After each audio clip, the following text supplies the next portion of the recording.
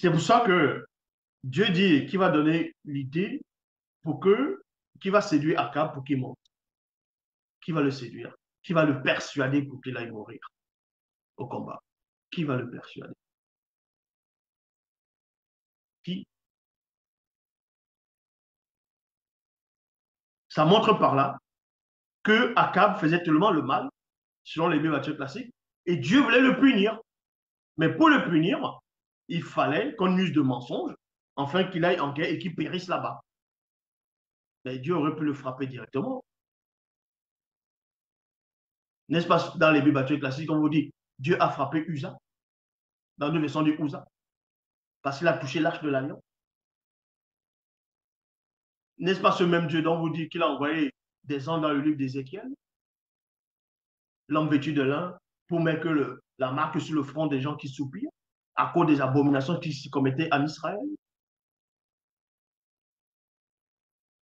Et que ceux qui ont les épées doivent descendre et exterminer, on commence par les vieillards, tout ça là. Quiconque n'a pas la marque, il pouvait aussi envoyer ces gens d'exterminateurs.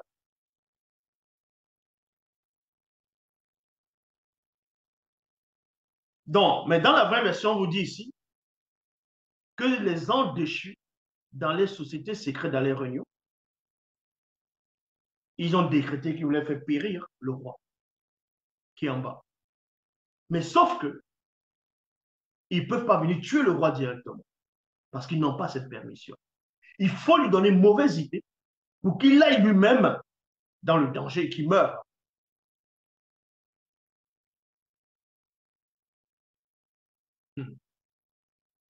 C'est pour ça qu'on vous dit ici, car malgré ces portes d'entrée, même ceux de la race inférieure, donc démons, issus de quelques-uns de notre lignée actuellement enfermée, n'arrivent pas à le faire mourir dans son péché. L'un des Bamololma Bumblade proposait ceci, l'autre cela. Mais Satan, le Mundima Bobe, le mauvais esprit, dit, moi je le séduirai. Chaque ange déchu qui était là est en train de dire, bon, on va faire comme ça, on va faire comme ça. Satan, le chérubin, j'en dis, ouais, il est là, il écoute, il siège, il écoute, il écoute, il écoute, il réfléchit, il dit non, moi je suis passé, qu'il est passé par le serpent ancien pour séduire des moutons. Le péché sur la terre n'existait pas. J'ai séduit Sango, c'est qu'eux appellent Abraham, Ibrahim, Moussa, Ibrahim, tout ça. Il a séduit plein de gens qui sont même plus importants que le roi. Donc il se remémore de toutes les personnes qu'il a pu séduire, qu'il a réussi à séduire. Il se remémore de ça, de tout ça, de tout ça, de tout ça, de tout ça. Les hommes qui étaient puissants. Et là, il dit, bon, moi je le séduirai. C'est là où Satan maintenant, il parle. Moi, virgule, je le séduirai. Les Bamololma Bungulane lui dire comment. Mais vu qu'il est protégé, malgré ses fautes, il y a quand même une protection qui empêche même les démons les plus puissants qui sont inférieurs à nous n'arrivent pas à le faire mourir. Mais toi, comment tu vas faire? Ah, dis-nous, dis-nous. Ils sont les écoutes. Ce que Satan va dire.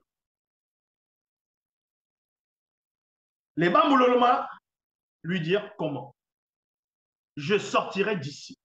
C'est-à-dire qu'ils sont dans un lieu, dans une réalité, dans une dimension qui n'est pas faite de chair, qui, qui n'est pas physique. Je sortirai d'ici, dit-il, et je mettrai mes paroles mystificatrices dans la conscience et la bouche des faux prophètes. Parce qu'il sait que le roi Akab, donc moi là, appréciait ces prophètes-là. Avez confiance aussi à ces prophètes-là. Donc Satan va passer par les proches, par des personnes que vous aimez, par les personnes qui vous, donc, qui vous sont chères pour vous avoir. Il est passé par Mouton pour attraper Moto. Il va passer par Sango, ce que vous appelez Abraham, pour pouvoir faire le sacrifice, tuer Isaac. Il va passer par Ponguissé pour tuer Abel dans Mondiway. Il va passer par Dalila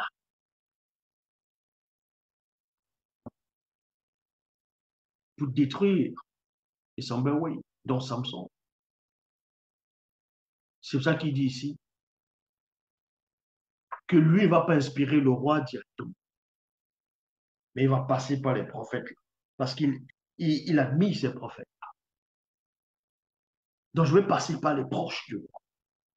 Et le roi ne verra pas le danger. Vous voyez, Satan, il parle avec la fureur, il n'est pas en train de rire. Vous pensez qu'il rit?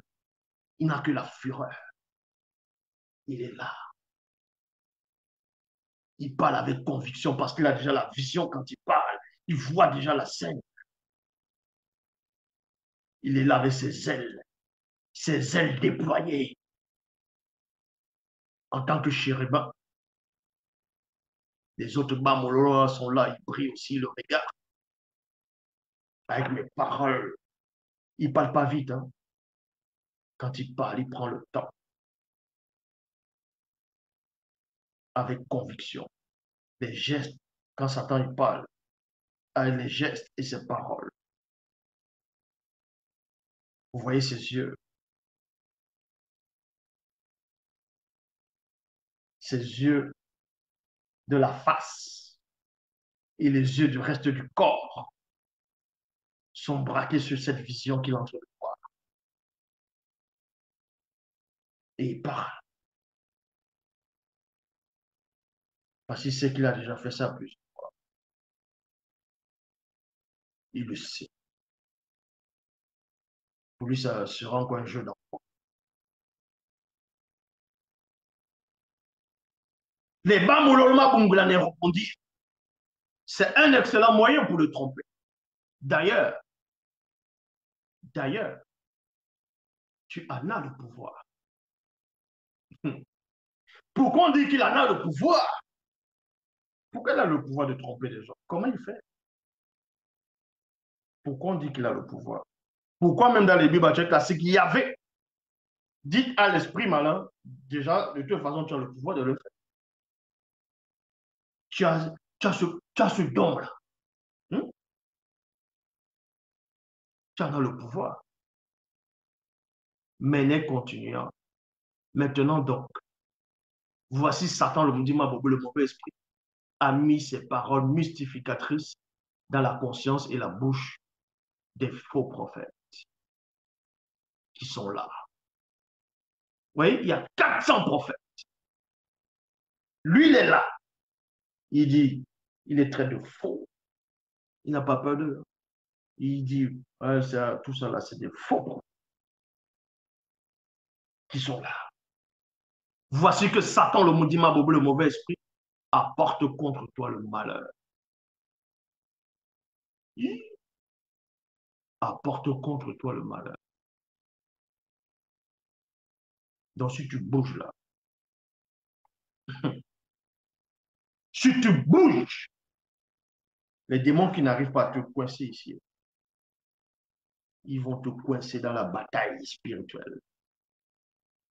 Parce que dans la bataille spirituelle, c'est coup pour coup. Quand tu as la porte d'entrée, c'est pas comme si tu es dans le physique. Hein. Tu as une porte d'entrée, tu es dans le physique. Il y a quand même une protection. On empêche que l'esprit vienne. Mais dès que tu sors de ton corps, l'esprit voit la porte d'entrée. C'est fini pour toi.